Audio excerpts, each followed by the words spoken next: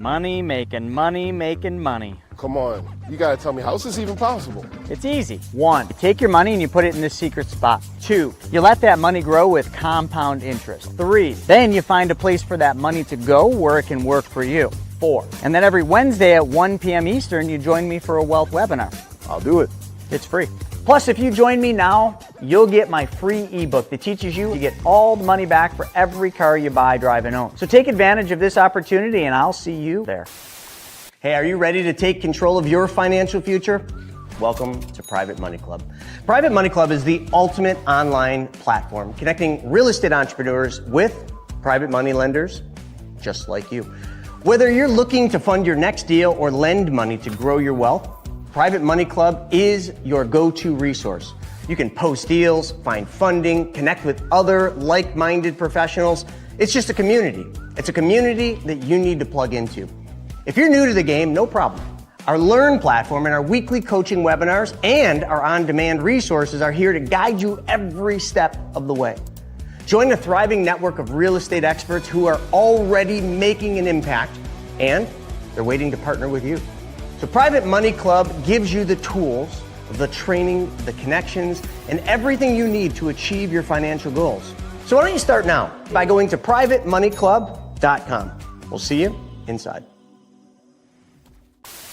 Hey, you need to become your own bank. And it's as simple as changing one thing, and that is where your money goes first. I mean, think about it. Household debts in this country are at all-time highs. You got tons of market volatility. You got the potential for Social Security running out of money. You've got global uncertainty, political divide, and you have to figure out where you're going to put your hard-earned savings. I mean, this is one of those times in history where the rich are getting richer, and it is time to learn the secrets of the wealthy. But here's the good news. Every single Wednesday at 1 p.m. Eastern Standard Time, I put on a free webinar where I teach you how to take back control of your money by teaching you how to become your own bank. So click the link below and let's get started. So let's go into the app, because the app was created after a dating site, believe it or not. So people with money and people that need money. Phone, swipe left. Swipe left. Ooh, I like that one. Swipe right. You want to go on. If you got money, you want to swipe left through all the deals. When you find one you like, boom, you're connected. How much more difficult does this really need to be? This isn't rocket science. They want you to think it is because they want control of your money. It is time to take back control of our money. I want to invite you to a free interactive webinar that we're doing to teach you how to get prepared for what's about to happen and how you can grow, preserve, and protect your wealth and get it ready for a recession or maybe the next Great Depression. So all I need you to do is click the link below. You're not going to want to miss this with all this stuff going on. Are you sick of having your money lying around not doing anything? Well, we've got the solution for you. PrivateMoneyClub.com. Back to you, Chris. So that's what it is. Private Money Club was created for you and for all of us. So I've got something special. Since you're here, you're listening to us talk to you about the infinite banking concept, I wanted to make an offer. Private Money Club is something that will benefit each of you, but we've got what's called the Accelerator. The Private Money Club Accelerator is a coaching program that takes together the knowledge that you'll need to be your own bank and puts it together with the opportunities in Private Money Club so that now you learn and apply the knowledge. Check it out. We got a very special offer for you to be part of the next Accelerator coaching program and get you into Private Money Club so your money starts working for you. Hey everybody, it's Buff Finance Guy here, ready to show you how to make some serious gains. But not only in the gym, with your wallet too. Most people put their money in the bank doing absolutely nothing for them. But I'm gonna show you how it doesn't have to be that way. So take Andrew here. His money has just been sitting lazy in the bank. But all he has to do is change one thing, and that's where the money goes first, and everything changes. Just change where your money goes first, silly. Wait, just one change? Yeah, that's it. Instead of sending it to the bank, you send it to your very own banking system. Your money can grow and get stronger, just like me.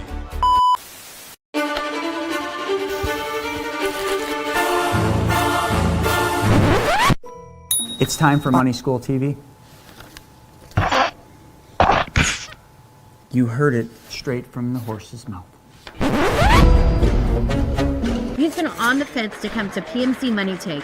I'm telling you right now, you're missing out on a treat. This is the ultimate watering hole for lenders and borrowers. If you've got decent deals, you'll find the funding for it. The networking here has been fantastic. Absolutely phenomenal. Tremendously beneficial. Oh my gosh, so many people to network with. First day, I probably met 5 or 6 people. They show me ideas, I show them ideas. We're actually on stage about 20 minutes ago, and since then, I've already had about 20 people reach out. There are several people that I probably will be doing business with. I have like 15 private lenders ready to fund my deals. The people here are amazing and so welcoming. You walk in, everyone greets you right away. No one is a stranger. It's just an amazing and comfortable place to be. There's so much stuff that I've been able to learn that I didn't know. I've had aha moments over and over again. They talked about normal rates of return, not 6%, we're talking about 10%, but in a way that's ethically sound and stable. It's full disclosure, but helps walk you through everything.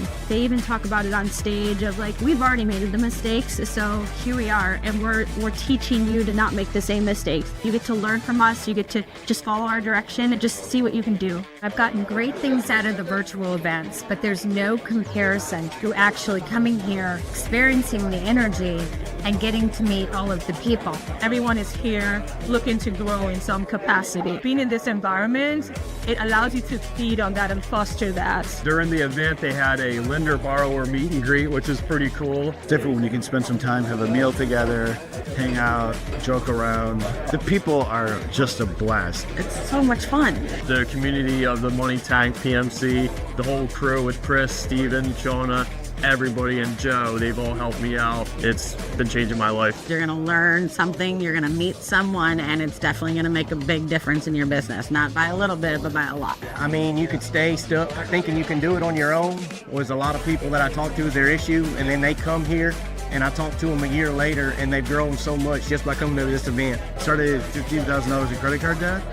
As of today, I have $550,000 out in private lending. That's what this teaches you. I tell people all the time, you have to get in the room to be around the like-minded people. Go. It's worth it. Just come. Do it for yourself. Do it for your business. Take action. You got to do it. Come to the event, you don't want to miss it. Well, the biggest thing I hope that people get is something that they can actually apply in their lives. You know, that's the biggest thing for any of these events that we want.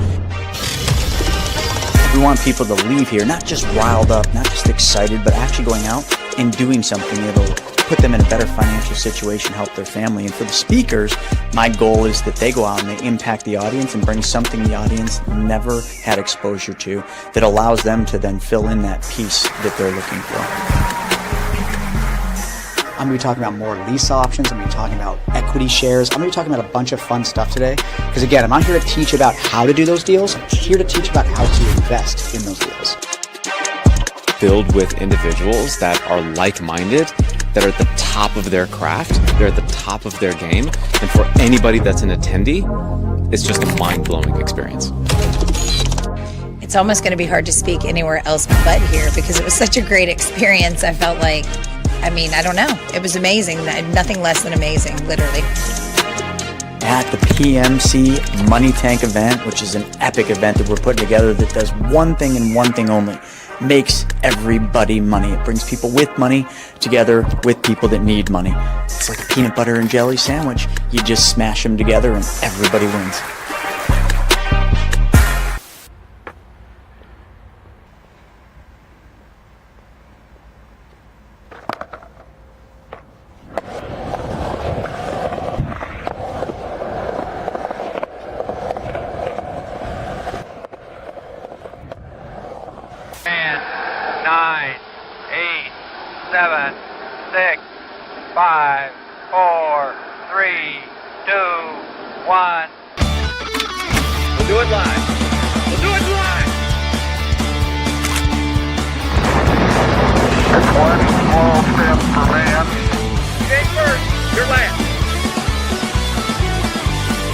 Wednesday, 9:30, 10:30 Eastern Standard Time.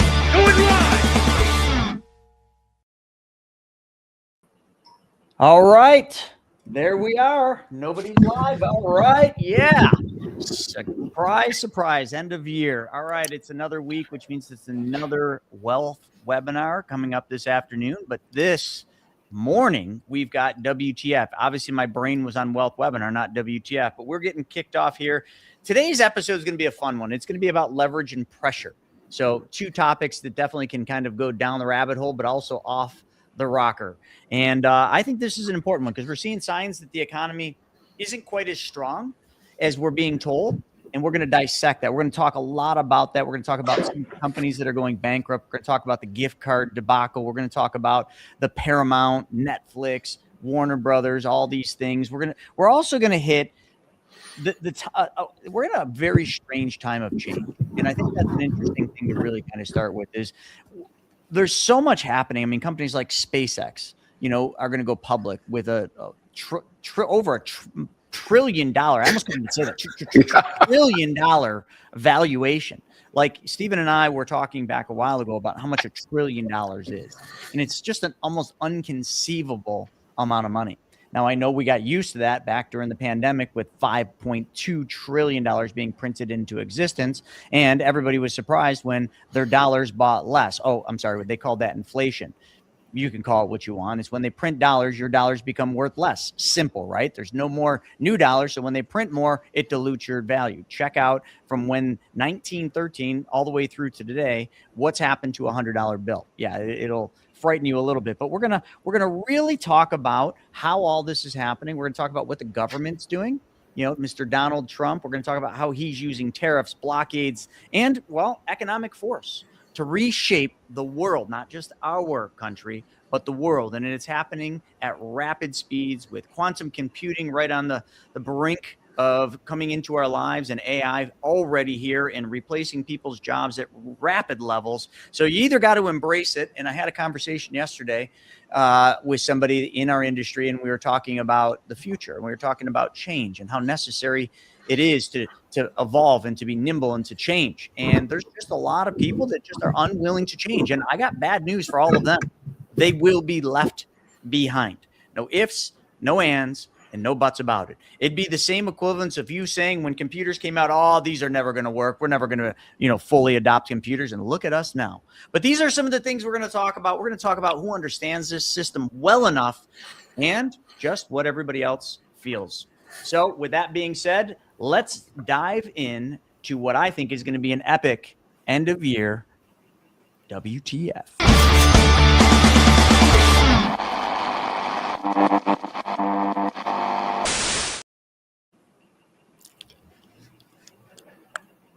You muted, Chris. Muted.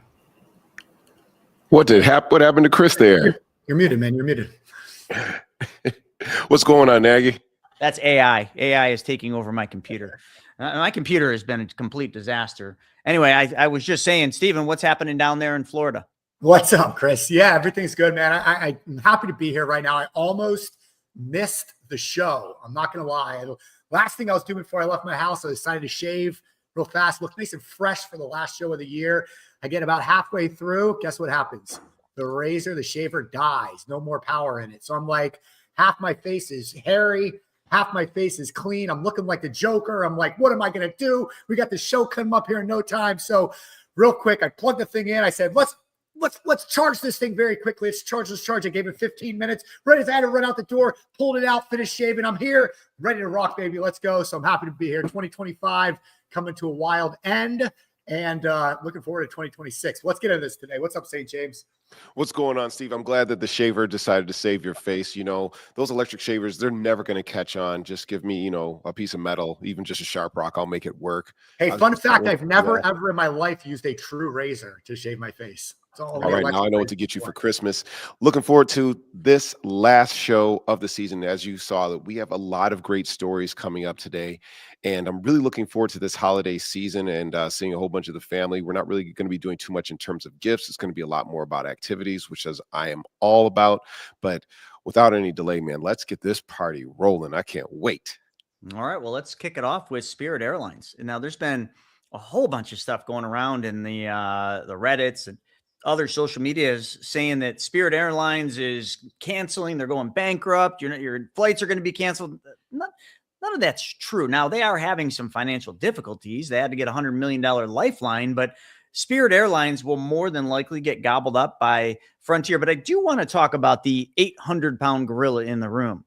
If I'm not mistaken, James, I've never flown Spirit, but I've flown Frontier, or tried to one time, and almost got arrested because they wouldn't let me on the plane. But that's a whole nother story. So I don't like Frontier, but Spirit, I've heard some rumors about this. This is the one that you literally, when you get on the tarmac, you get out of the plane and everybody pushes the plane down the runway so that it can get to a proper speed to take off. Am I correct about the airline? You know what? You're actually not too far off. They actually have a horse alignment and then carriage alignment that actually gets the plane up to speed. There's a reason why Spirit is called the school bus of the sky. They're big, they're yellow, and it is extremely bare bones. So if you've ever flown Frontier, you've flown Spirit, and maybe you almost getting arrested and put on the no-fly list did you a favor, because it's extremely bare bones.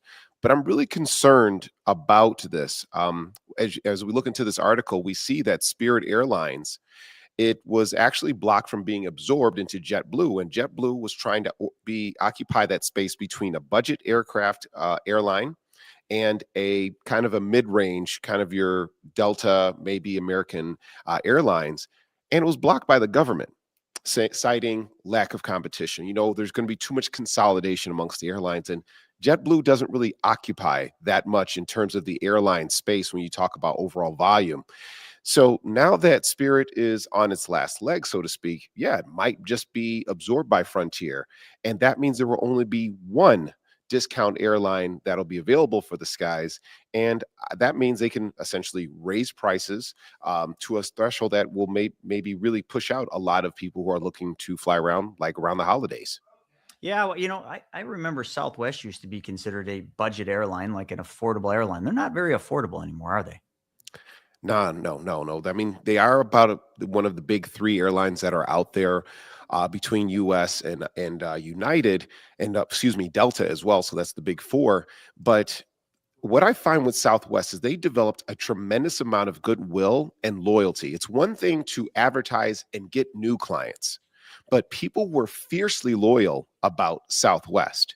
And as their rates have kind of gradually climbed up, they're getting a lot of pushback and ill will from those people who are longtime holders of the Southwest point system and saying, I like the whole system that you have. It was free for all seating. Your first bag is free.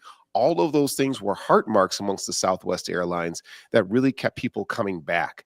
And now with this new ownership, it's unfortunate. So the question becomes that is going to come up is this: is Frontier Spirit going to be able to develop that type of loyal following? Are they going to alienate a lot of people? Do they have that level of following that people are going to be like, yeah, you know what? I fly Spirit and I'm actually able to hold my head high about this. No, I don't know. A lot of people are. You think they are? I don't. Oh, you don't. I agree with you. I don't think anyone's ever going to have that brand loyalty. When I flew Frontier last, because I was a little ashamed there, but had to do what I had to do. Yeah. No, listen, Frontier, it really flying. All the airlines suck. If anyone follows my stuff, you've seen me complain about Delta, which most would say Delta is like the premium airline brand, but they suck too. They all suck. It just depends on which one sucks the worst. I think flying nowadays is more about who's got the most efficient, flight for where you're going. And that's even a thing. Like, I know it's different parts of the country. You can get more directs, but like here, there's hardly any direct flights. Southwest is probably the leader in direct flights out of Buffalo, and a lot of other airlines, like there's just the direct flights are just almost a thing of the past in some cases, especially if you're going across country. It's just difficult. There a lot of times, there's two layovers, and every time you lay over, there's a chance of you missing your flight, and that's definitely a major concern. But anyway, moving past Spirit, I'd like to talk about the really big airplanes, and those are the SpaceX rockets. And I love it when people. I mean, the dude literally catches rockets out of thin air, with chopsticks. It's just absolutely beyond fascinating. And the other day, I don't know why, I just got thinking about that, of just like, what that was like. I'm sure it started with like just model ships, right? Like they would just kind of like what we did when we were kids, the rocket ships we used to blast off. I'm sure Elon just sat out there with his team of engineers and they were just like, hey, can we build a apparatus that catches this as it's coming down? And then from there, they're like, okay, here's the physics and the mathematics around catching, just a model jet or model rocket from, thin air. And then they're like, let's try this in real life. And today I don't know what their percentage of accuracy, but I think it's pretty high, but that isn't even the big story. It's one thing to catch rockets out of the sky, which saves the company tremendous, probably billions of dollars, because they can reuse the rockets, and launch them again, just pack them full of juice and shoot them off again. But what they're really, really doing, I find absolutely fascinating, is Starlink. So when you look at SpaceX, are you buying the rockets, because they're looking to go public at a $1.5 trillion valuation. What are you buying? I think you're buying the story, right? You're buying the story of Starlink. You're buying the story of the chopsticks catching rockets out of the sky. Going to Mars, making life multiplanetary. That's SpaceX. Yeah. Basically it's kind of just, if you can dream it, if you can believe it, if you can dream it, you can achieve it. That's Elon. Like, just the things that he does. It's almost inconceivable that that's possible today, but it's happening, and they're going to go public. And you know what? It's going to change. Like my neighborhood, I'll be honest, like I have Verizon, which I would say is probably the best carrier out there. But in my neighborhood, I don't get any service. With Starlink, there'd be no dead zones anywhere. With Starlink, you could use it on your planes. All this stuff happens today. It's all being done today, but it is the future. He is changing the entire world and will continue to do it. I think it's fantastic, and kudos to him. Yeah, even crossing from Florida here to the Bahamas on a boat, in the past, you'd have to pay for these thousands and thousands of dollars for these satellite phones to have some kind of safety when you're going over there, because you're in the middle of the ocean.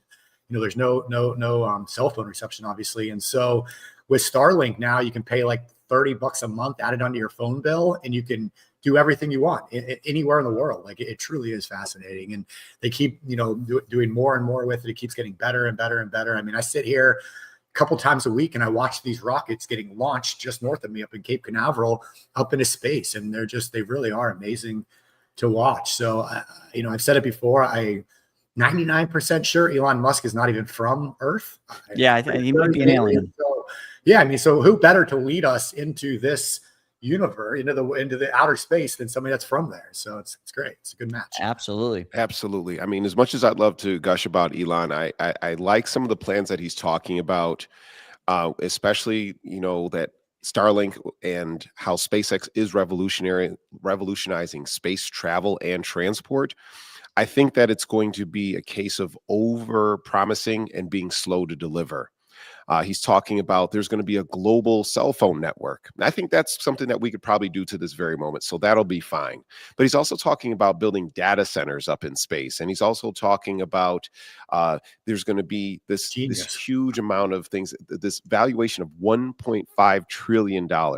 We know that the market is pretty overhyped right now. Imagine the fervor when people are thinking, I get to get on the ground floor for the next Tesla, and how much that is going to drive up stock price. And I am admitting, Chris, and to you and Nagy, I am going to be a hypocrite, and I'm going to get in on that IPO. I'm going to ride the wave, and then I'm going to cry, just like when this rocket ship comes back down and people come to their senses about what the true valuation and then the true productivity of this company is. But that's a stock that I think is a long-term hold. Yeah, I agree. But, I've learned a thing or two about big public IPOs like this. Like, typically not the best thing to buy the IPO or buy the stock right when it opens up. Typically they run them up and then they have a steep fall off. But hey, listen, I'm not giving financial advice. Do what you guys do what you want to do. I just would proceed cautiously is all. I'm not saying it's not a good investment long haul. I don't know. It's just one of those things. There's a lot of buzz around it. A lot of stupid money will chase that and run the price up. So buyers beware. Let's move on to you getting ripped off. And I freaking knew it. Instacart. We all use Instacart. My wife uses Instacart, and I knew those bastards were ripping us off. They're supposed to have price fixing, right? Everybody's supposed to get charged basically the same thing for Instacart. Am I wrong about that? That was like their big thing, right? Like, that's right. Level pricing. That's Bullshit. right. Same price for all. Bullshit. Their algorithm and their AI looks at the neighborhood you're in, looks at the demographics of the neighborhood, and prices you for your neighborhood. I'm just calling out what I always knew was going on. But you know what? Allegedly. Allegedly. Sure I don't care, man. pretty sure Instacarts I'm pretty sure they got caught red-handed. I'm not sure about that, Steve. I'm pretty sure they showed it. Yeah, when we do Instacart, man, it's freaking, it just seems like it's way more than what other people would pay. But I can't prove that. I'm just saying it. I just knew it. That's all I'm saying. Yeah, what's interesting, what was going on is basically Instacart was looking at people's average order price. They're looking at their zip code and they're saying, well, you know what, maybe we can nudge up the pricing another 50 cents to $1 on certain goods and items. And a number of investigative teams went in and said, wait a minute, are people actually getting charged more for Instacart? Now, personally, I've never used Instacart, but I understand the convenience in today's society. Some people are paying for Instacart Unlimited and just getting all these groceries delivered to them on demand. But that says a lot because this dynamic pricing isn't limited to just Instacart. What also is a blind spot about this story is that other companies such as Target, and I think Walmart was kind of getting thrown in there as well, is offering dynamic pricing on numbers of individuals so that when you go to the register, even if you're picking up an item in the store, you'll notice that the label for the price is not there. And then they have the technology already to track you through the entire store, what departments you're going into, and how much stuff you're putting into your cart and how much you're taking out. And then once you get to the register, your price might be different than the person directly behind you. But because we're just used to letting the total just run on up, we don't pay very, very close attention. So I hope that the consumer watchdogs that watch over our markets and doesn't let rampant corporatocracy just run amok and do whatever they choose allows them to say, hey, look, you cannot do this because this is unfair to the American public. And I think that this Instacart story is just the first part of the iceberg, just the tip of the iceberg. And we're going to see some huge movement from down below. Yeah, but to be clear, Instacart is denying it. They're saying that the stores are the ones that are doing the price changes. Okay. Stores are saying, and also I kind of disagree with you. I think let the stores do what they want. If people don't want to shop there, then they don't have to shop there. So I think it's bullshit, all this regulation. Well, I was just going to say, just be careful what you wish for. The more government involvement, the more government regulation you ask for and that you get, the worse off things get. I mean, listen, and the more that you let, before you know it, you're like China, Canada, and all these other communist or socialist, countries.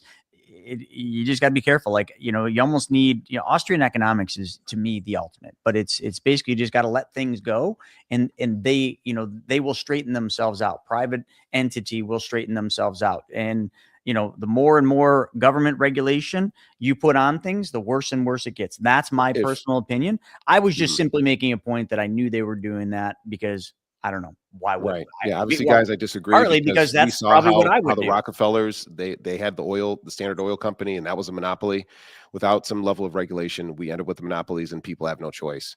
So it seems like it's just two ends of the same scale when it comes to our opinions about those things. You just got to be careful what you wish for. But those monopolies are also highly, highly subsidized by government. The government's controlling a lot of that stuff. Mm-hmm. So they need to get completely out of it. And a lot of those monopolies would never even occur in the first place.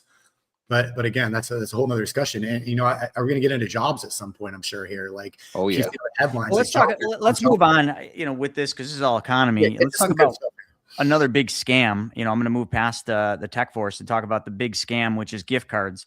I know when I used to be in retail, we loved selling gift cards because we knew that a bunch of them were never going to get redeemed. So we always, the system would track it all. And that's the case. I mean, and when you talk on a bigger scale, I think we're looking at $500 billion were sold on gift cards. And if you look at the numbers, 10 to 20% are never used. So just do the math. 500 billion times 10 or 20%. That's a lot of cheddar. And Starbucks is one of the biggest out there. I think $3.5 billion of Starbucks. Pretty wild, isn't it? Guilty. I have a stack of gift cards, and probably a quarter of those are Starbucks cards. Yeah, so, there you go. Wow. Into that.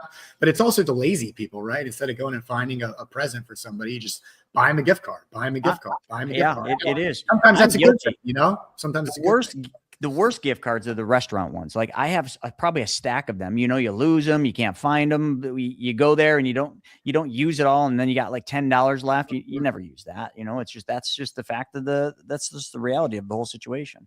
Absolutely. I mean, with gift cards, it's actually a triple win for corporations because obviously they get the transactional amount of the $50, $100 that people put down on the card. So that money is just sitting on their books. And then with 1 year, they can say, well, you know what? Now this is pure profit, because most gift cards that go over 1 year of unuse, they never get used ever again. So they're able to say, hey, yep, this is complete profit for us. And then the other additional ways that this is profit for them is that when you use them, you actually use over. So it locks in a new consumer base that says, hey, look, I've got $50, but this dinner or this particular carpet or whatever it is going to be $75. So now they get the profit on that. And of course, they get the profit in additional sales on whatever item it is that they're selling. So, I mean, gift cards are a wonderful idea for corporations and these entities, but man, you got to make sure you use them. Make sure, please. Yeah. All right, well, let's talk about not the task force, but the tech force. I love this. I think this should have been done a long time ago, but the White House is backing a federal initiative to recruit top technologists to modernize government systems and accelerate the implementation of artificial intelligence. Now, hopefully, they also watch Terminator 2 before they really dive into this to understand the problems that could happen with this. But they're looking to hire approximately 1,000 early career engineers. Great opportunity for all the engineers out there that can't find work, and experienced technical managers for 2-year terms with various federal agencies. And what they're going to be doing is tackling critical challenges related to AI, cybersecurity, data analytics, and software engineering. So I think this is a very important thing, because without this type of research being done on AI, cybersecurity, and all this, like, things are getting kind of crazy. I mean, there has been more scams being emailed out and people getting caught up in these AI driven scams. It's crazy. So I don't know. What are you guys taking? What's your takes on Tech Force? Personally, I love Tech Force. I feel that it is a good entry-level way for people to get the experience that they need. One of the big problems that goes on with the public versus the private sector is that the public sector just simply doesn't pay enough in comparison to private sector jobs. So the thing is like, why would I want to work for the government? Why would I want to get this menial pay and the same level of work and actually more bureaucracy in most cases versus a private sector job? Well, now you actually get this experience, and it's an actual mark of credibility that can go on your resume. A lot of major tech firms, your Facebooks, your Googles, your Reddits, they've already said if somebody wants to take a sabbatical and leave one of our organizations to go work for Tech Force and help fortify the U.S. government structure in a non-government role, well, absolutely. And I think that that's going to be a great point, because we remember the massive failure, which was healthcare.gov or whatever it was, where the government rolled out the healthcare plan. And the engineers behind the scenes said, no, we should not roll it all out at once. We should not do this. But politicians be politicking, and they were completely overrode. And that's why we had the massive debacle, which was the failure of the government healthcare website. So now, with people getting good input and valuable actual influence, we're going to be seeing the modernization of the U.S. government's tech system. And I think this is going to be a great place to get this growing. Love it. I love it, man. I mean, we're doing it ourselves right now in the Naugle family of companies, bringing in somebody to kind of oversee and manage all the tech or AI development. Yeah. And speaking of which, Chris, don't we have something that's a pretty big tech deal going on with the Money School family? Yeah. I mean, the Vault software, our company, BYOB Innovations, literally what we did is, Craig, one of the engineers on our team, brilliant human being, we started 2 years ago, actually a little over 2 years ago, creating tools to solve people's problems. And the whole idea, the problem with what we do with it, which is the infinite banking concepts, is it's just kind of old fashioned in the way that it's administered, the way it's implemented. It involves spreadsheets and tracking. And, it reminded me of back in the day when I used atlases to go to snowboard contests over in New Hampshire, Maine, and Vermont. Like, if you had a detour, you had bad weather or something was going on, you had to go back to the atlas and replot your course. And then, AAA, we used the triptychs. Those were always cool. But somebody sat down one day and was like, this is nonsense. People just don't travel because it's just too complicated for them to figure out how to get there. So they created this GPS. They wrote code that basically you just put a destination in a computer, in a device, and then it just mathematically takes you to your destination the fastest, most efficient way possible. Well, I just had this idea with Craig that we need to create the GPS, the operating system for infinite banking. And that's what we created. Now, in creating this, what we needed to do right from the get-go is adopt AI, because AI is the only way you can automate and basically create this operating system. So we created AI Chris and AI Christie, okay, which are kind of the engines behind it. And we trained them. We didn't let them go fish the internet, because then you get hallucinations. We trained them on only what we wanted them to be specialized in. And then we basically implemented them. And we're at the early stages, but AI is the leading driver of the Vault software, but it is an operating system for your private banking systems and your infinite banking concept. That's all we did. And what Stephen had mentioned, we're in the process now of hiring an entire tech team, an internal proprietary tech team with a CTO that are going to basically lead the path into this new dynamic, because I believe if you're not changing, you're dying right now, to redo all of our workflows, to add agentic AI into everything we do, not to replace humans, but to aid humans, so that you basically get a scalability with one person that fits a culture. Because, and I don't mean to say humans, but I don't know how else to say it, but a human being can develop a relationship a computer and AI cannot.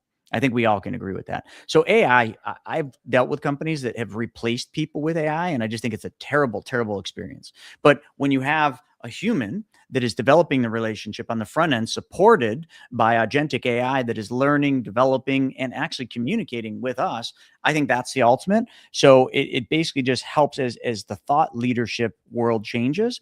It just helps give you additional resources or horsepower. And that's what we're doing. And it's a major undertaking, but I just believe getting out in front of competition is exactly what you got to do. So that's how we're using it. And Chris, I just want to add real fast, we're doing a full 3-day virtual training on how to become your own bank, but we're using better systems. We're using AI. We're using things like the BYOB Vault and what BYOB Innovations is creating. And, we have some of the top IBC experts in the entire country, top trained, that they're more knowledgeable than anybody I've ever met. And we go to all the industry events and everything. And so our team's coming together to put on this 3-day training, January 30th, 31st, and February 1st. So grab a ticket for it. It's a great thing. We're talking about gift cards. I mean, what better present to give than financial education? Buy a ticket, give it to somebody in their stocking this summer. I'll share the page real fast just to give you guys an idea. And we're adding to this page some of the details, like who the speakers are, the topics, things like this. But I'll just tell you now, if you guys are watching, you're not going to want to miss this. I know a lot of you have already gotten your tickets for it. It's January 30th, 31st. I just know the start of the year, Chris, goes by a snap of a finger. Everybody gets so busy with New Year's resolutions and get back to school and work and everything else. So get your ticket now, lock it in so we can get to the end of January. You can hop on. We're mailing out physical workbooks. Shauna put together an incredible workbook that follows along with the whole weekend. It's really, really cool. So I'd recommend getting the VIP so you can get that physical workbook. We're also doing 2 bonus sessions for VIP on family banking and how to implement that into your life using the Rockefeller method. So really cool stuff. Check it out. $97 gets you everything. And it's just a really great way to start the new year. So highly suggest just check it out, and looking forward to seeing you guys there. Back to it. All right. Well, let's take that and grab your tickets for that virtual event. You're going to learn a ton, but let's move on to one of my favorite segments, which is WTF, right here on our soil, U.S. My fellow Americans. So you know the thing. I love that. All right. Well, what we're going to start with is Paramount.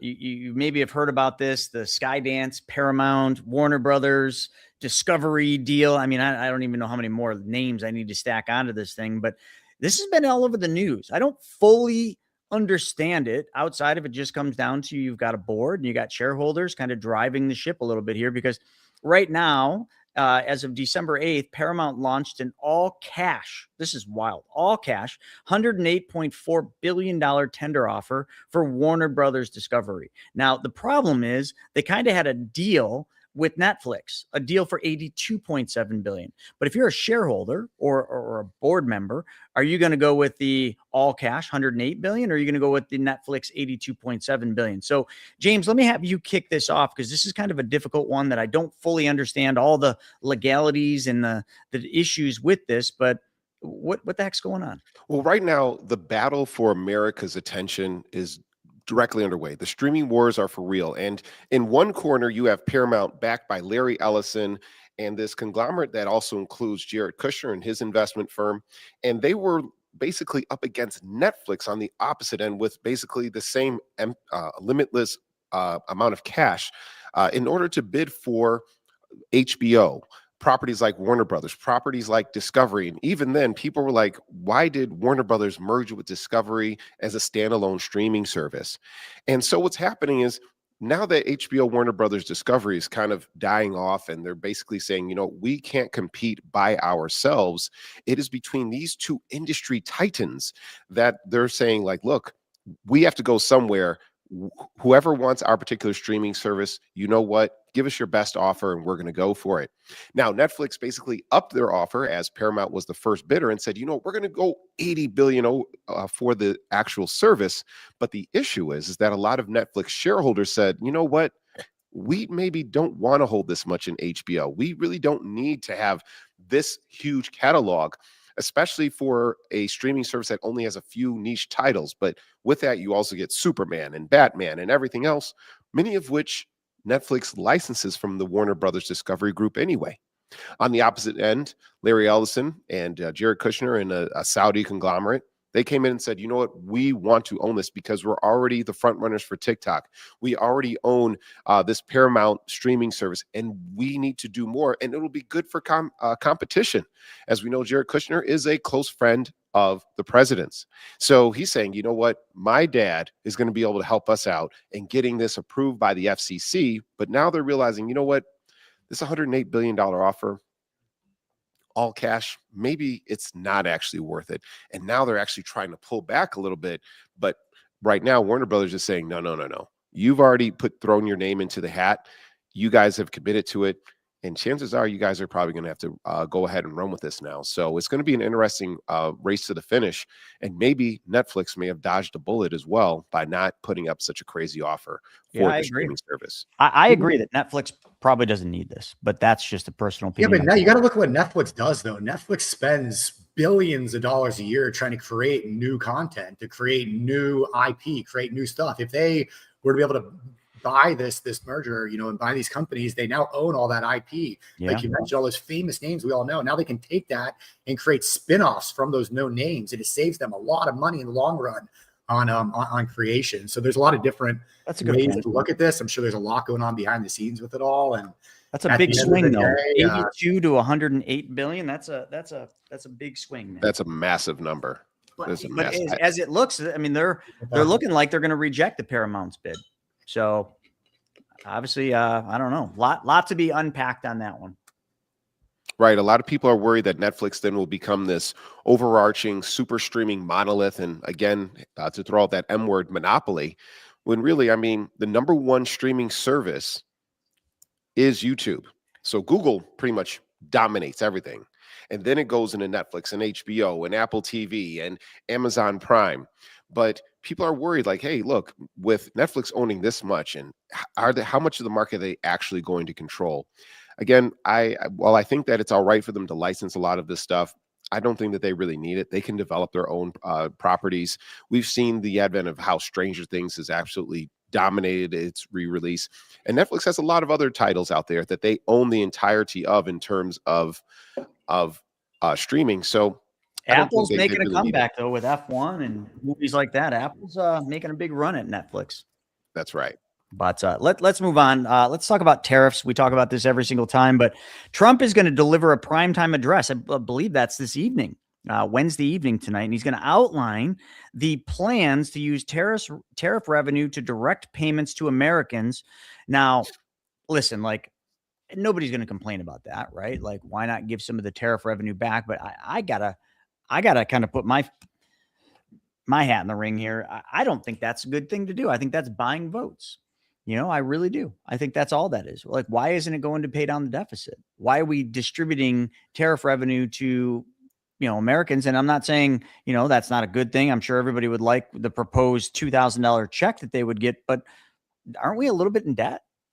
Like, why wouldn't that be used solely to pay down the deficit or to invest in infrastructure to increase production here in the United States, which is truly the only way, in my opinion, we're ever going to come out of the deficit. We're not going to pay down the deficit. It's never going to happen. Government's going to continue to spend more and more. The only option is to do what we did back after World War II and increase GDP. If you don't increase GDP, you're never going to get out of the deficit. So I don't know. Listen, there's probably not an American out there that's going to not be excited about getting a check, in benefit of the tariffs, because I think a lot of people feel they're paying more because of the tariffs, but yet they've somehow forgotten the prior administration. They printed $5.2 trillion for a fake virus, not a fake virus, but just a bullshit scam, in my opinion. I mean, did you see that the vaccine is now basically, isn't it forbidden now or like something like that? Didn't they take it off the market, the vaccine? Well, I think we're kind of. I know we're not supposed to go down this rabbit hole, but I got to call it out. Like, we printed $5.2 trillion for something that now, anyway. Right. I don't think that's right. You see JD Vance the other night. JD Vance was asked something about conspiracy theories, and he's like, "Oh, let me list all the conspiracy theories over the last 3 or 4 years that actually were true." And a lot of that of what he said, Chris, it's a pretty funny clip. Oh, I make a lot of enemies. The one thing I'll say about Trump real fast on this tariff payout thing is, listen, man, nobody's perfect. Trump has done 99% of things that have been great, awesome, perfect for this country. This might not be one of those decisions. He's allowed to make a mistake himself. But guess what? A mistake that puts $2,000 in your pocket, not the worst mistake you can make. No, so you're right. That's what I'll say about that. Look, I mean, we're never going to agree on tariffs, our tariffs attacks. And one thing we're certainly not going to agree upon is where the allotment of taxes, where tariffs should go. Am I going to turn down a $2,000 check? Probably not. Is it going to feel good for America for a little time? And speaking to people who I knew who were staunch Democrats who flipped sides over the last election, they said, you know what? I remember when Trump was in office, I just felt like I had a lot of money. And I said, well, were you getting a stimulus check? He's like, yeah, those stimmies were great. I said, well, okay, but now that he's here again, do you still feel the same way? And they said no. So maybe this will be the same thing that carries over and gives that same emotional sentiment about the Trump administration for people who are not MAGA. And this is not a shot at anybody. I'm not trying to ruffle any political feathers. I'm just stating it how some people emotionally feel. Would I rather see it go to more infrastructure? We know that we have an ailing electrical grid that we're going to need to massively upgrade with all of these data centers becoming online. We know that we do want to actually pay down some of this national debt, even though it's pretty much a promise of impossibility. I think the real problem is this, though. Trump has promised the proceeds from the tariff revenue to so many different people.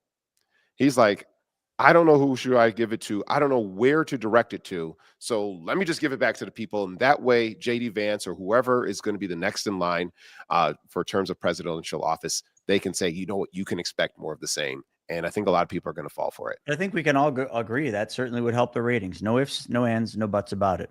But, one thing I'm going to move on to, because we got a lot to cover, is Ford, the mistake they made. So Ford jumped on the bandwagon of the electric cars and produced the F-150 Lightning. Do any of you own the F-150 Lightning? Anyone?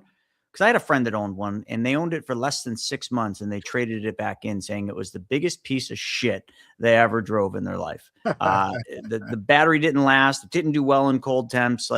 But I guess he wasn't the only one upset, because Ford announced on Monday that it's discontinuing production of an all-electric F-150 Lightning pickup truck and taking a $19.5 billion charge-off as the Detroit automaker pivots away from large battery electric vehicles and moves toward hybrids. This is the thing. I never understood why all these manufacturers went all electric when Toyota had proved that the hybrid model, like the Prius model, was amazing. Like, I have never in my life met somebody that drives a Prius that wasn't thrilled with their gas mileage and the car and the reliability. But yet we just went right past this whole hybrid thing. Toyota didn't. They didn't. They're like, F this electric thing. We're going to stick with our hybrids because this shit works. But they went right over it. And now a $19.5 billion charge off. I mean, Ford stock has been a pretty shitty stock to own for a lot of investors, but yet these are the reasons why. These are the reasons why. What do you guys think? Yeah. Well, honestly, I mean, I was excited about the F-150 Lightning, but I'm not a truck guy. You know, I'm not going to be hauling. I'm not showing up to the job site. And a lot of my commutes are actually a lot further than the 300 or 250 mile range that the F-150 had. So while the Lightning was in a bottle for a little bit, so to speak, with all this excitement about, wow, an EV truck, I think it alienated its core buying group. And on paper, Ford thought, hey, this is a great idea. We've got great electronic technology over here. We've got the nation's #1 selling pickup truck and I think overall vehicle. Let's put it together and literally create a superstorm. But unfortunately, we're seeing a lot of sentiment of what you're saying, where the F-150 Lightning just isn't being able to keep its charge, so to speak. And it's a little bit unfortunate, but I think that if they had moved to a hybrid model, I definitely agree with you there, Chris. It would have moved a lot more units. I undoubtedly agree with you about that. I do feel that there is room for electric vehicles in our economy. I think Tesla has shown that, and we have seen success like the Ford Mach-E. Tesla's just a computer on wheels. Yeah, Ford F-150 Lightning is not a computer on wheels. It's not technology first vehicle. I heard somebody just got a Tesla. Yeah, my wife. Yeah, she's got a Model X, which I've been driving now because I love it. You like it? It's interesting. It's all I can say. I'm a gas powered guy, and I've always said that. So I will never, ever not drive a gas powered vehicle. But the Tesla, the technology is pretty incredible. I mean, just simple things like just using your app to heat the car up. I mean, you can't dislike that. Right? Like the other day, it was freezing here. The car was covered in ice. I click a button, I go out there and I got into a nice cozy cockpit. You know, it's kind of like my friend Arthur here, you know, who took a helicopter to his jet this morning, took his jet here, and he's sitting on the couch right over here. Like, it's kind of nice. You know, you can't disagree with that. Oh yeah. Prius drive. He said, Shane said Prius. Yeah, that cannot be done with electric. They love the Prius. Prius side? Is it Priuses or Prius side? Do you guys know? Priuses need to get the F out of the fast lane. That's all I know. They clog up that left lane, dude. I want to. Cars. I'm in my big diesel 2500. I want to run those people over. But anyways. Oh my! Wait! Don't you own a Tesla too? Of course, I got a Tesla. You got a Tesla. I didn't know that. Interesting.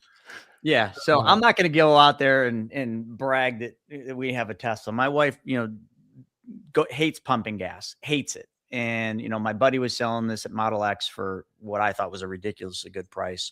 And I wanted to sell the G-Wagon. So it was a great compromise, right? I sold the G-Wagon, which was bought with my infinite banking system. And now I'm getting all that capital back. And I didn't have to send that money back out to buy another vehicle. Cash.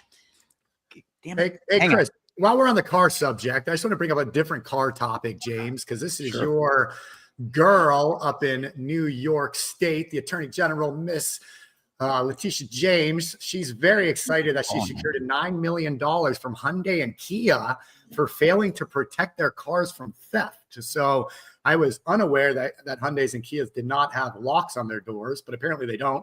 Their reckless decision to forego basic anti-theft measures led to car thefts with deadly consequences. Now the companies must take measures to protect their vehicles. So I just wanted to thank her for, making it harder for criminals to steal cars and addressing the companies instead of the criminals. I don't know. It's very on brand for certain Democrats in this country. I mean, I definitely see this as a little bit too little, too late.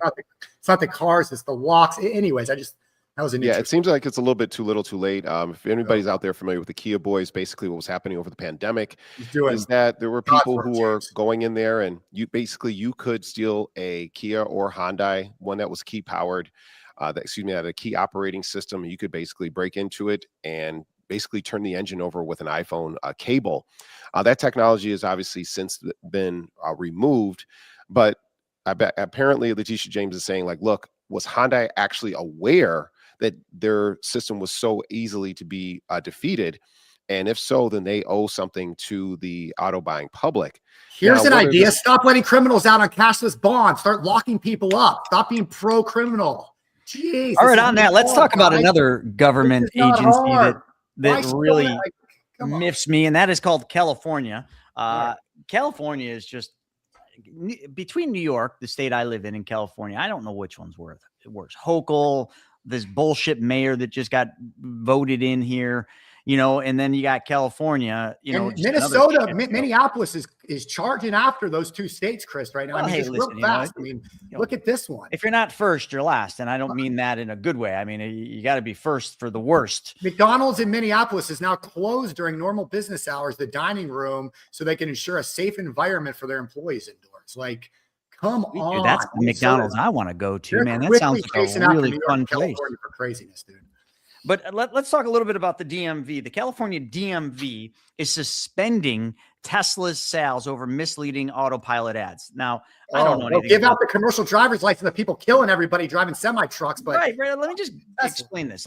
This is California's answer. Oh, we're just going to tell Tesla they can't sell their vehicles for 30 days. And you want to talk about government intervention and government stepping where they don't need to? Isn't this why Elon moved Tesla out of California? Yeah, well, a lot of companies in California. For all of you California people, what the fuck is going on there? That really deceptive ads. All right, fine them. Slap some fines on them. Blah blah blah. But you can't sell your cars here. Okay, you know what Elon's going to do? Fine, we won't sell any of our cars here. California's grid can't handle it anyway, says somebody else earlier. There's times where there's blackouts, you can't even charge your Tesla. I don't know. I think there's a huge ripple effect with this. Obviously, the cradle of Tesla buyers is definitely the Golden Coast. It's definitely California. And I think there's a little bit that's misleading in this article. There were several warnings. There was saying look, you guys are lying to consumers, but you're not taking this seriously. I don't agree with just saying, you know what, that's it. You can't sell anymore for 30 days and go and put you in timeout. But how do you leverage with a company that basically has more money than God for them to take you seriously and be like, look, listen up, we don't supply this. And also with Tesla just basically being able to just do whatever they want, even if it is in terms of deceptive advertising, if that is allowed to continue and propagate, what other basic companies does that spread to? So we're caught at an impasse. Is it too much government regulation? Is it too much corporate responsibility? Or maybe it's both at the same time. And I think that's something that we tend to overlook, is that sometimes the punishment is just as bad as the crime. And sometimes the punishment is worse than the crime. But the thing is that it's bringing this particular awareness to the issue so that other people learn that this is a serious message. You call it what you will. I just think there's better ways to handle it, but hey. Well, they weren't listening though. If they didn't listen, then wouldn't have to take it to that extreme. Because they said it has full self-driving capabilities. It does. It does. You have to pay for that. It's quite expensive. All the time. Yeah, I mean, I'm not paying that for that. I mean, my wife drives Vivi to school every day, and that's it. But it truly does drive itself. We know people that literally never drive their car. The car drives them. So how is that false advertising? It is an autopilot. I don't know I don't know, but let's have a bunch of, what is it, Waymo or whatever those. I'll never get in one of those, just for the record. The auto driving Uber, the self-driving Ubers, yes, yeah, whatever. Okay, but that's okay, because I think those are pretty prevalent over there in California. Yeah, I mean, correct me if I'm wrong, folks. I mean, I'm the other side, over here in bullshit New York, which I don't know. We're getting Waymo in New York, right? Of course, they tested it in Waymo last Waymo year. Here. Yeah, let's do more stupid things in New York. Well, hold on. Just really quickly. Do you know that the rate of accidents with Waymo is way lower? I'm sure it is. And I'm not saying anything about it being bad or good. I'm simply saying Waymo doesn't have better technology than Tesla for autopilot. It's way better. Waymo is way better. Think about it. Tesla just now rolled out the robo taxi, and it was only on a closed loop, whereas Waymo was already working in San Francisco 2 years prior. Yeah, but it's Their completely different is technology. way It's beyond completely Tesla. different technology. The way that Waymo operates and the way that the Tesla cars operate are completely different technology. Waymo is like using pretty much like a Windows PC from like the 2000s compared to a brand new 2026 MacBook Pro in the Tesla. So they might be the bump along longer, but they're nowhere They use near. LiDAR, radar, and camera sensors, whereas Tesla just uses cameras alone, which can be obstructed and in cold weather Especially in the regions snow can we've been getting. completely misread things, especially when they get frosted over. So I'd rather have something that uses a number of different senses versus something that just relies on just its eyes alone. I'd rather just not get in one of those right now. That's all I'm going to say. When we go to Texas, Chris, I'm taking you in a Waymo. No, I'm not driving in a Waymo. I will call a different Uber. You can take the Waymo. And I like first. human interaction. I like talking sometimes, and sometimes I don't like talking, but I just listen. Personal preference. Everybody can go whichever direction they go. But this one's an interesting one. Treasury chief credits deportations for falling rents. So Scott Bessent linked President Trump's deportation enforcement to recent declines in apartment rents during a Tuesday appearance on Fox Business, claiming that that reducing the immigrant population is easing housing costs for working class Americans. I don't have a dog in this fight. I have no idea. I think rents are just crazy right now. But it is what it is, I suppose. I don't know. What do you, Stephen, you got anything to say on this one? It's supply and demand, I suppose. It's likely that could be the case.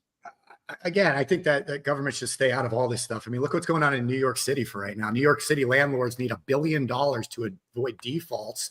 The New York Housing Conference warned that affordable housing landlords in New York City need about $1 billion from the mayor to avoid widespread defaults. As tens of thousands of the city's roughly 213,000 subsidized rent stabilized units are losing money after pandemic rent losses and utility increases. The group said a multi-year rent freeze proposed by Mayor-elect Zohran Mamdani could deepen the crisis unless paired with relief for landlords. So I don't see how these subsidized rent stabilized rent freezes, they don't work. They don't help. And I mean, look at this. It's crazy. $1 billion they're asking for. So you tell me. I'm not going to get it. No way. All right. Well, let's move on since you guys have nothing to say about that. U.S. added 64,000 jobs in November, a sign the labor market is slowing.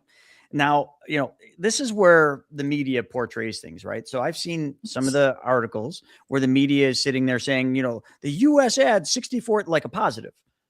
That's not good at all. It completely solidifies the fact that we're slowing down. No ifs, ands, or buts about it. I mean, they're saying that the delays are caused by government shutdown, mixed bag with several warning signs. James, what's your take on this one? I think it's a mixed bag, as it always is. Excuse me. Because when it comes to employment, there's full employment, gainful employment, and there's being underemployed as well. And when you just say the USA added 64,000 more jobs, well, how many of those jobs are actually high productivity jobs? How many of those jobs are people working their second or maybe even third job? And also, what is that in comparison to the unemployment rate, which we did see a small tick up, if I'm not mistaken? So we have to consider the entire picture, just as Chris was saying, when it comes to employment. Right now, the overriding sentiment across America is get into a job and just stay there, both on the employer side and the employee side. A lot of people are bracing for some level of economic deflation. So with that, it's better to have something than absolutely nothing. And if you have two jobs as opposed to one, well, that basically tightens down your financial hatches as much as possible, because a lot of us don't know what's about to happen. Yeah, I mean, a lot of the jobs lost right now are government. Right. A lot of the jobs lost are people they've been deporting, a lot in the tech industry, a lot in the tech sector. So, when you look at the overall jobs and economy, it's not, I don't think as bad as it's being portrayed right now. Right. Due to all of that. Yeah, I mean, we were expecting, let's see, job growth forecasts. U.S. employers added 64,000 jobs, which was higher than the roughly 40,000 jobs economists had projected. We do know that that's a trickle down effect from a lot of other things as well, but are these jobs going to be coming back? That's going to be a big question. Where is going to be this transference of skills? Where are we going to see people who've worked in these jobs, 10, 20 years, who've basically been locked up in this particular intellectual silo? Are they going to be able to find something else that's going to be able to help them, or has AI essentially removed their job? And A what does lot that of mean jobs have been long-term? removed permanently. Yeah, So people are just permanently. going to have to evolve. People are going to have to realize that, like, like the world's changing rapidly and going to get faster and faster. And if you're not adapting and willing to change, then you're going to be left behind. I mean, survival of the fittest. I don't know what else to say. I mean, this is a radical change, very similar to the Industrial Revolution. I mean, there was massive change then. People fought that change. I mean, people fought all the things. I mean, from the washing machine to the sewing machine, I mean, to the refrigerator. I mean, what do we need that for? And that's where we're at now. Like, things are just changing incredibly fast. And I think a lot of people are just saying, I'm not doing that. And when the economy slows and the jobs disappear, they're not coming back. They're not. So people are going to need to figure out, what is next and how to do that. And it's going to be a tough pill to swallow. That's all I can. And just say. really quickly, But just for context, these are mostly government jobs. The over 100,000 right there is like 157. So yeah, I saw that. It's one of those things where is that a bad thing? I mean, I guess if you're one of those who lost your job, but again, we need to shrink government. Like that's it has to happen. I mean, can I play a 40-second clip? You're a fan of. Yeah, and I think Tech Force is also going to kind of push into that as well. I'm sure that Tech Force is going to develop a lot of things that are going to eliminate more government jobs. Yeah, go ahead and play it. Here, this is a 35-second video, but Milton Friedman, I think, was one of the smarter economists of our day. But here's his opinion on kind of what we're seeing right now. As I said before, keep your eye on one thing and one thing only: how much government is spending, because that's the true tax. Every budget is balanced. There is no such thing as an unbalanced federal budget. You're paying for it. If you're not paying for it through it in the form of explicit taxes, you're paying for it indirectly in the form of inflation or in the form of borrowing. The thing you should keep your eye on is what government spends. And the real problem is to hold down government spending as a fraction of our income. It's just amazing. I don't know when this was filmed, years and years and years, decades ago, but it still holds so true to this day. So much of that stuff holds true. 100%. Right.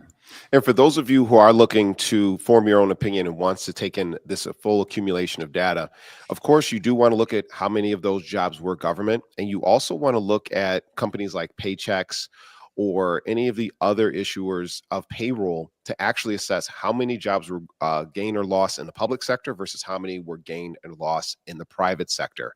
And one of the best ways to do that is through payroll companies. So as you guys out there are looking to form your own opinions, you want to do your own homework, that's one of the best places to start. All right, well, let's move on to WTF World, and we're going to go a couple minutes long because we got to hit the WTF What the F section, but this one will be easy.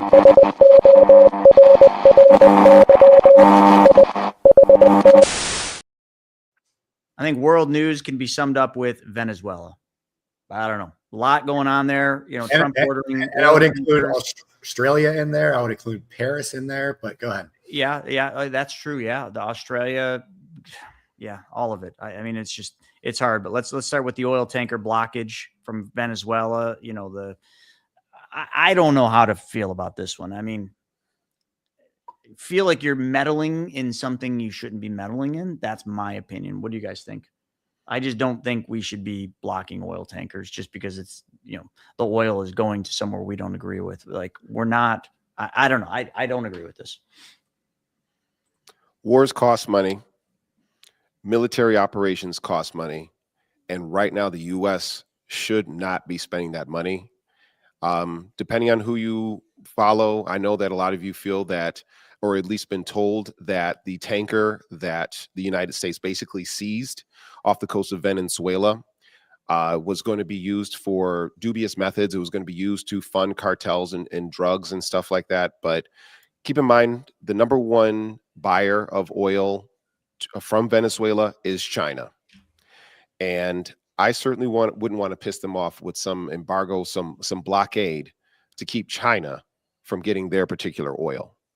And there's a concept that was illustrated that was basically piracy, because when Trump asked, hey, what are you going to do with the oil tanker? I don't know, bring it to Texas. That seems a bit absurd. And I'm not trying to take shots at DJT. I want to take shots at the situation. We saw this escalate from a few fishermen boats or alleged drug vessels being shot down. And now we've seen a full military operation where we've basically captured an oil tanker. So the question is this the steep slope that we've been talking about on this show now for months, not weeks, not days, months? Is this a precursor to something much larger, or will cooler heads basically show themselves so that we can say, like, hey, look, this isn't right, or this is right because we're trying to stop this particular thing from happening? And they were just out catching some tuna. Yeah, sure.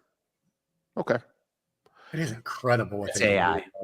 Isn't it incredible with drones, though, what can be done now? I mean, yeah, it is. It's unfortunate. Yeah, apparently there are a lot of fake videos out there of these boats being blown up. So definitely got to be, this is a good time to be media aware. And also it's a good time to get perspective from multiple viewpoints, not just the United States, but also like from the global audience as well. Just to give a true perspective of what's going on out there. Obviously, you guys know they're always very honest. Yeah, so I'm a blatant non-supporter of this. Nagy, to kind of speak to that end, yes, I understand that, you know, world media can also lie, and we've also caught members of our own administration lying. So the question is, what do you want to be your truth, and what facts or apparent facts are going to be used to support your opinion? And just because your particular news, and I'm not talking about you, Chris, or you, Nagy, not directly talking about you, but just because your source says that this is right, doesn't mean that they don't also lie, because we understand that there's a large amount of media bias in every situation. What I do know is that there was a tanker that was taken from Venezuela that was operating legally, and it was taken by the U.S. government by force. That's theft. If I walk into your house and I take all your food out your house and I say you were about to feed drug dealers with this. They allow that in Canada. They just allow people to come in and rob them. Like, don't do anything. Just well, keeping this on point, if I walk into your house and I steal your food and I say that you're going to feed drug dealers, is that right? Do I have a right? I suppose that's what they allow up there. Yeah, but the police walk into people's houses. This is world news. All right. So yeah, we can talk about that, but I think we all understand the underlying ethics of this, and it's just something. Wait, what ethics? I don't understand the ethics of seizing an oil tanker from somebody that's been sanctioned doing stuff that's against the what the law is supposed to be. What was the law that was being broken? Let's educate each other on this. I mean, we don't have time to get into the history of all of this right now, but there's a reason why they did it and why they were able. How about let's put a pin in this one and let's come back to this next week, because we're just running out of time, and I want to talk about Australia and what went on there in Brown University, which I know is more U.S. But Stephen, you want to kind of talk a little bit about Australia? No, yeah, I mean, it's very important. I mean, it's very unfortunate what happened. It's a growing problem right now with these terrorists. They targeted a Hanukkah, first night of Hanukkah celebration, a bunch of Jewish people. I think it was 15, 20 people murdered. The videos of it are just unbelievable to watch. Gunmen just sat there and picked people off for well over 20 minutes. The police were just cowering behind vehicles, doing absolutely nothing about it. Of course, Australia, they took all their guns decades ago, so there's zero good guys with the guns, so they just had free reign for well over 20 minutes. But now they're tightening up gun regulation even more. Now they want tighter gun regulations, and then there was an unfortunate shooting in Brown University, which they still can't find the shooter. He's out there. They won't. There's a lot of allegations on this being another Islamic terrorist attack. It was a Jewish lady that was targeted in this attack. They haven't come out and said. Providence is being very, very, very secretive over all this right now, and they're making mistakes during their live press conferences, making them look very, very, very bad. So good luck to them. But as soon as that happens, all these idiot politicians screaming about gun control and assault ban, weapon bans, and get the fuck out of here, man. This is the United States of America. We have the second Constitution for a reason, and it's not going to be impeded. So people just need to stop that. It's ridiculous. Yeah, the bigger problem there are these terrorists. There was a huge terrorist plan to set off these bombs in California, Los Angeles for New Year's Eve. That luckily was they found it out and they busted these people. Paris I was in Paris, France with my wife for New Year's Eve back in 2011, I think it was, or 12. And it was beautiful. We were down there by the Eiffel Tower. We watched all the fireworks. It was a great celebration, walked all over.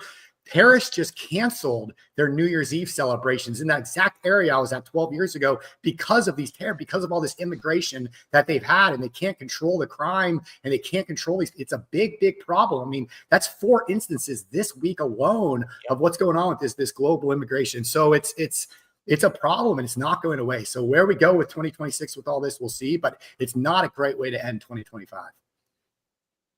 Yeah. I think one of the things that stands out about this is we don't hear about a lot of mass shootings in Australia.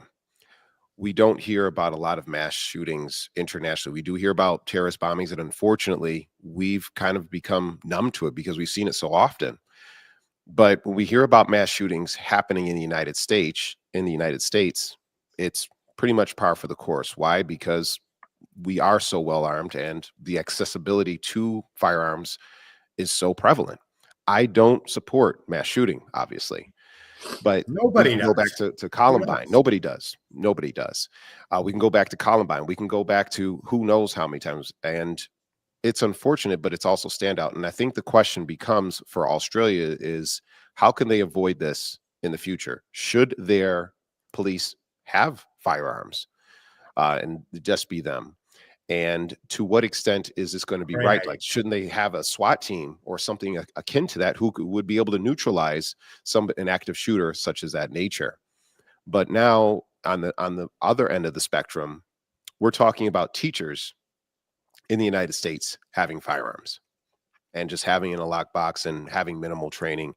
And quite frankly, that scares the bejesus out of me because if we're getting to that level of society, that's a reflection on us. That's a reflection on the people. And as much as a lot of people are going to be villainized for these particular mass shooting events, we have to understand that the dominant majority of people don't want this to happen. And that's what I think we really should need to focus on. Nobody wants it to happen. I don't think anybody argues that at all.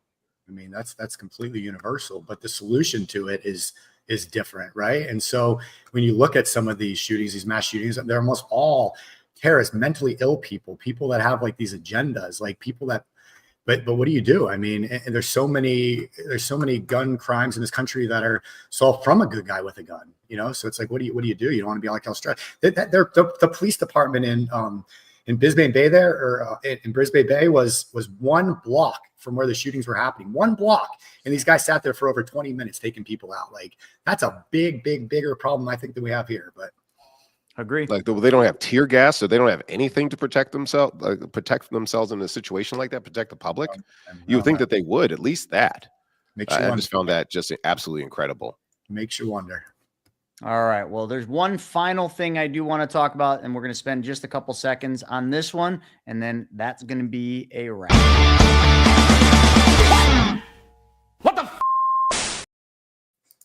All right. Only thing I have to talk about in this section is China targeting the youth with toy robots, AI toys for kids that talk about sex, issues with China, Communist Party talking points. Tests show that AI toys for kids talk about these things. And I don't know whether this is true or not, but what are you guys thinking on this? I just don't buy any toys from China. Hey guys. So, hey guys, yeah, I mean, could you imagine buying a toy, Chris, buying a toy for your daughter, and it's an AI-enabled toy, and it's saying, don't talk bad about President Xi, he's listening.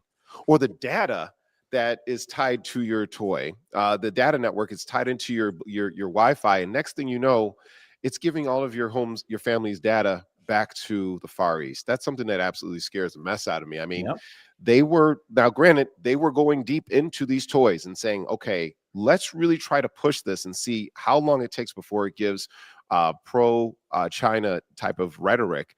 And it actually broke. It actually said these things. So I find that quite interesting. Yeah, very. All right. Well, I don't know about those toys. I got one feel-good story for you guys, though, to end this thing. So there's so if you're Indianapolis Colts fan, you guys know this story, but Quarterback Phillip Rivers hasn't played an NFL game for over 5 years. He retired many years ago, over 1,800 days ago. He's been coaching a local high school football team for the last couple of years. Well, guess what? Indianapolis Colts needed a quarterback. The 44-year-old stepped up. He went back to play. He started the game this past Sunday, and here is him throwing his first touchdown pass in over 5 years with his high school team watching. I think this is so cool. Old man Rivers. I mean, imagine your high school quarterback coach, your high school football coach goes back to the NFL and just crushes it, man. Unfortunately, they lost the game, I believe, but he played a hell of a game, and I just think that's super, super cool right there. If you ever played sports. Did they get the W? Did they get the W? They didn't. They didn't, but it was very close. He played a really, really good game. That's well, good. I mean, I'm glad we ended on some positive news, because this was pretty heavy one for the last one of the year. And I will remind you guys, this is the last of the year. Next week is Christmas Eve, so hopefully you guys are enjoying it with your families. So we're going to force Chris to stay home and not do the show. Just joking. Or else the show would go on. We got New Year's Eve. I guess New Year's Eve we're probably going to skip to. Maybe we'll do a surprise What the F. Who knows? We'll see. But anyways, our next scheduled What the F will be in the new year. But Chris, take us home, man. It's been all right. Well, with that being said, thanks for joining us for this last WTF of the season. And with that being said, enjoy your holiday. Merry Christmas to all of you, and Happy New Year if we don't see you with that surprise one. And that's all I have to say. We'll see you soon. Ow!